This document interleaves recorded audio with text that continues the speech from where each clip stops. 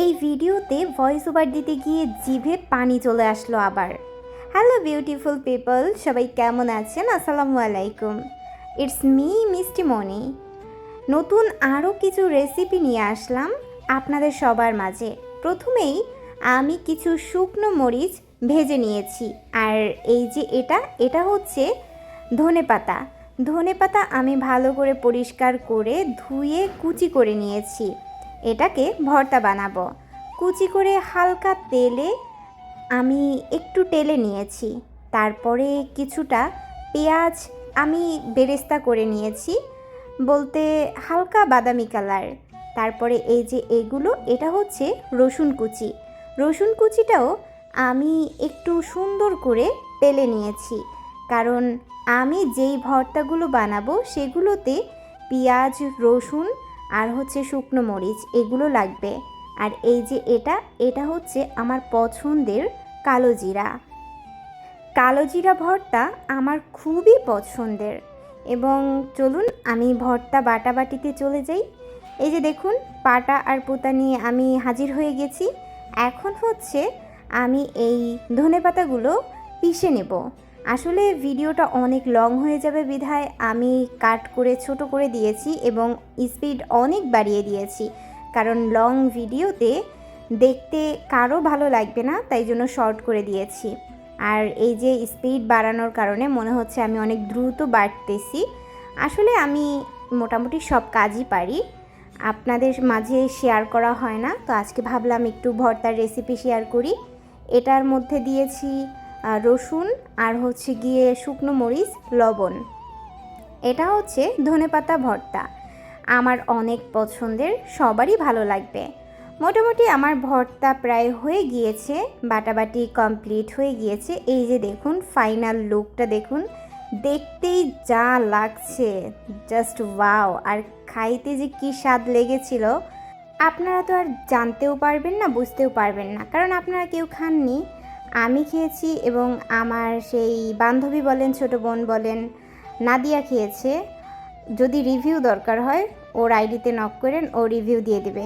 আমার অলমোস্ট ধনেপাতা ভর্তা হয়ে গিয়েছে। এরপরে আমি হচ্ছে কালো জিরা ভর্তা করব। সেই জন্য আমি এখানে পেঁয়াজ আর রসুন, শুকনো মরিচ, মোটামুটি অনেকগুলোই মরিচ দিয়েছি, যদিও মরিচগুলো ঝাল ছিল না। আর এখানে লবণ কিন্তু দিয়েছি। তারপরে আমি মরিচগুলো সব একসাথে পিষে নিয়েছি, কারণ মিহি করে না বাটলে এটা দানা দানা থেকে যাবে। দানা দানা থাকলে ভর্তাটা খেতে একদমই ভালো লাগবে না। আসলে আমি বারবারই বলতেছি, ভিডিও কিন্তু অনেক কাট করা হয়েছে। এই যে এটা হচ্ছে গিয়ে কালো জিরা। কালো জিরাটা আমি আগেই টেলে রেখেছিলাম। আর এইখানে একেবারে শুকনো ছিল বিধায় আমি হালকা একটু পানি ইউজ করেছি, নয়তো এটা আপনারা বাটতে পারবেন না কেউই। তারপরে আমি মোটামুটি একদমই শেষ পর্যায়ে চলে আসছি বাটাবাটির, কারণ আমার ভর্তা কমপ্লিট হয়ে গিয়েছে। এই যে দেখুন, এখন আমি একটা প্লেটের মধ্যে উঠিয়ে রাখতেছি। তারপরে এইখানে আমি আরও একটা ভর্তা বানাবো। এইটা হচ্ছে গিয়ে কচু ভর্তা। আসলে কচু বলতে এটা হচ্ছে আমাদের আঞ্চলিক ভাষায় বলে গাডি।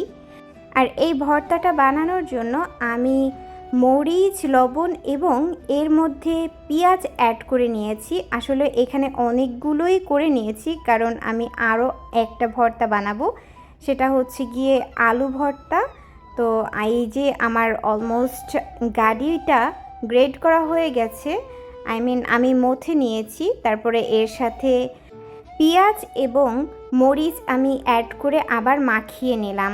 তারপরে এই যে এটা হচ্ছে গিয়ে আলু ভর্তাটা করার জন্য আমি আলুটাও মথে নিয়েছি এবং এর সাথে পেঁয়াজ আর মরিচ যেটাকে আমি ডলে রেখেছিলাম সেটাকেও অ্যাড করে নিয়েছি।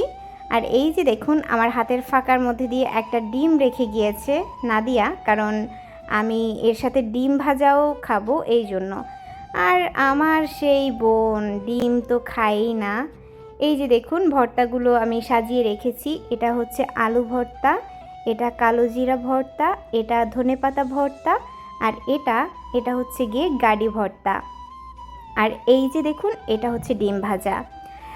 জাস্ট দেখতেই কি লোভনীয় লাগছে। আর এই যে আমি প্লেটের মধ্যে সাজিয়ে নিয়েছি। স্টিলের প্লেট বলে কেউ কিছু মনে করবেন না, কারণ আমি একদমই সাদাসিধা একজন মানুষ। আমি বড় একটা প্লেটেই খেতে পছন্দ করি, আর এই প্লেটটা আমার অনেক পছন্দের। তারপরে আমি ভাতটা মাখিয়ে এক লোকমা খেয়ে দেখলাম, অনেক টেস্ট হয়েছে।